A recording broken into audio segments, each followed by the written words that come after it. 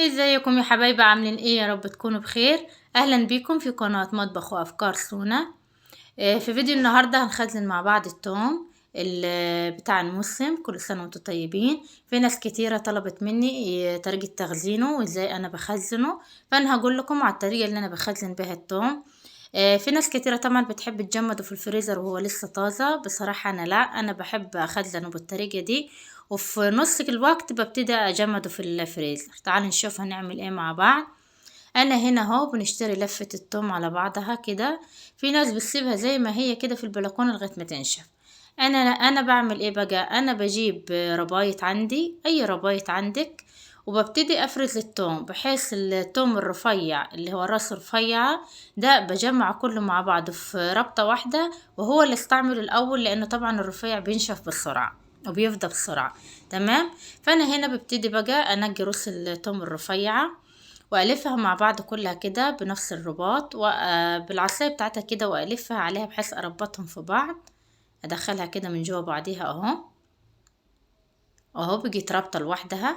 انا هفرز كل كمية التوم اللي عندي دي. الرفيع هخليه لوحده، واللي هو راسه كبيرة وهتتحمل هخليها برضو في لفة لوحدها.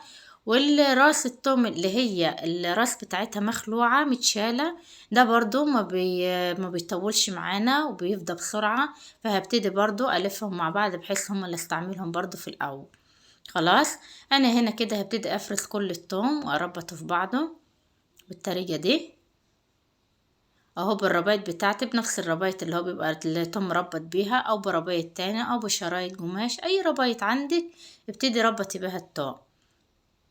وهبتدي هنا من فوق كده ألم العصي بتاعت التوم على بعض، سواء تلم فيهم زي الضفيرة أو تبربيهم برم بحيث تلفيهم على بعض. المهم حاولي تلميها بحيث ما تاخدش منك مساحة ومنظرها يبقى مش حلو، وبرضه لما تيجي تنشف تبهدلك الدنيا. لا، انت لما هتلميها في بعضها كده شايفين بالطريقة دي كده، وبدخل كل العروش بتاعتها من جواها بحيث اشبكها كويس. هنا لما بتيجي تنشف بتفضل ناشفة كده بلفتها على بعض، فبتخلع الراس بتاعت التوم، والباقي ده كده بيبقى ملموم على بعضه بترميه زي ما هو. وبتربط اخر حتة في الرباط كده بحيث تعرف تعلقها في المسمار في البلكون. انا بعمل الكمية بتاعت التوم دي كلها بالطريقة دي، وبسيبها معلقة في البلكونة لغاية ما هتبتدي تنشف. وبعد ما تنشف معايا ببتدي اخلع راس التوم من العص بتاعتها طبعا، ومش بسيبها بقى في البلكون، لا انا بدخلهم في السبت بتاع الخضار، او في كرتونة او في اي حاجة تكون مفتحة تفتحيها يعني، وبتدخليهم بقى جوه الشقة، بتخليهم في مكان يكون فيه هوا وفي نفس الوقت مفهوش شمس. تمام. بفضل اسحب منهم بالطريقة دي لغاية ما يبتدي في نص الموسم بقى والثوم هيبتدي يفضى او يزرع، ببتدي اقشر رص الثوم زي ما هي الفص صاحي، وبحطهم في برطمان وبشيلهم بقى في الفريزر. بفضل اخد منهم لغاية ما بيجي عليهم الموسم الجديد، بتحس بريحة الثوم هي جديدة، وبيبقى بنفس الطعامة اللي هو لسه الثوم طازة، احلى ما تفرميه وتخليه في الفريزر. دي طريقتي اللي انا ماشية عليها على طول وبعملها. انا هنا اهو خلصت كل كمية التوم ربطتها كلها، طبعا هلم كل الدوشة دي. وادي التوم اللي راسه مخلوع اهو زي ما قلت لكم، ده بربطهم كلهم في ربطة واحدة، لان ده لو سبتيه للاخر بيفضى بسرعة. فده تستعمليه اول حاجة، وبعد كده تستعملي ما وراه اللي هي الرز الرفيعة، وبعد كده تستعملي في الاخر طبعا الرز الكبيرة المليانة لانها بتطول وبتعيش اكتر. انا ربطت كل الكمية اهي. طبعا قبل ما اعلق التوم ده في البلكونة، لان اول ما بتيجي عليه الشمس واول ما بيجي ينشف ما بتعرفيش تقشريه، بيبقى صعب شوي. فانت تعملي ايه؟ بتبتدي تاخدي كام راس وتقشريهم كويس، وبتخليهم في برطمانات في التلاجة تستعمليهم لغاية ما التوم ده ياخد وقته وينشف براحته. انا هنا خلصت كل الكمية تربيط اهو. دي صدقوني بالأمانة دي طريقتي أنا بعملها على طول. أنا كنت في الأول فعلا بجيب التوم أخضر وابتدي أفرزه وأخلي البرطمانات مفرومة لوحدها وبرطمانات من العص مفرومة لوحدها. حسيت إن هي بتبقى دوشة ومش بتديني نفس طعامة وحلاوة التوم الطازة.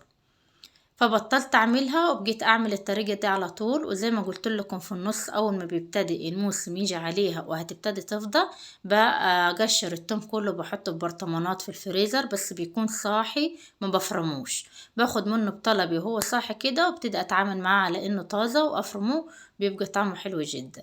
دي كمية التوم بتاعتي انا عملتها كلها اهي، شايفين شكلها. انا بسيبها كده بعلقها في مسامير في البلكونه لغايه ما تبتدي تنشف. وزي ما قلت لكم بعد كده بشيل الراس بتاعته وادخلها من الشمس من البلكونه، مش بخليها في البلكونه تاني. طبعا انت بقى ممكن تحطيها في اللي هي الشكاير المفتحه دي اللي هي بتاعه الثوم والبصل، وتعلقين في مسمار جوه الشقه في اي مكان بيكون مفتوح وفيه هوا. خلاص. طبعا انا زي ما قلت لكم قبل ما بشيل الكميه دي في البلكونه ببتدي اقشر منها شويه. فانا هنا بجيب التوم طبعا لانه لما بيبقى لسه جديد وقشريته طرية بيتقشر معايا بسهولة. فانا بقشر كمية كبيرة يعني على قد ما تقدر اقشر، بحيث ده هتحطيهم في التلاجة من تحت وهتستعمليهم اول باول، مش هيغلبوكي غير لما القشرية بتيجي تنشف بتغلب خالص في التقشير. تمام. فانت استغل الفرصة وهو لسه طري كده وابتدي قشر شوية وحطيه في برطمانات. فانا قشرت كمية، انت بقى قشر الكمية اللي انت عايزاها. ببتدي في برطمانات جزاز بتاعت صلصة، اي برطمانات عندك او برطمانات بلاستيك براحتك. ببتدي انقي الحباية الكبيرة بخليها في برطمان لوحدها، والحباية الصغيرة بخليها في برطمان لوحدها. طبعا تستعملي برضو الحباية الصغيرة الاول، لان هي ممكن لو لما بتطول بتنشف برضو. وبعد ما تخلصيهم تستعملي الحبة الكبيرة، تخلص الكمية اللي انتي قشرتيها تعملي غيرها. تمشي على كده السنة كلها، صدقيني مش هتحس بأي تعب، هيبقى التوم وقت ما انت عايزاه هيبقى جاهز معاكي. خلاص. وده هو التوم احنا حطيناه في البلكونة، بيفضل معاكي كده زي ما قلت لك لغايه ما بينشف. شايفين شكله مربط، ما لو وصلكيش الدنيا ومش بيبهدل الدنيا. اول ما بيبتدي ينشف بتشيل الراس دي وبترمي الباقي كله، بيفضل كده على بعضه، وبتخزنيه جوه الشقه بيفضل معاكي من السنه للسنه. كل سنه وانتم طيبين. دي كانت طريقتي في تخزين التوم، يا رب تعجبكم. باي باي.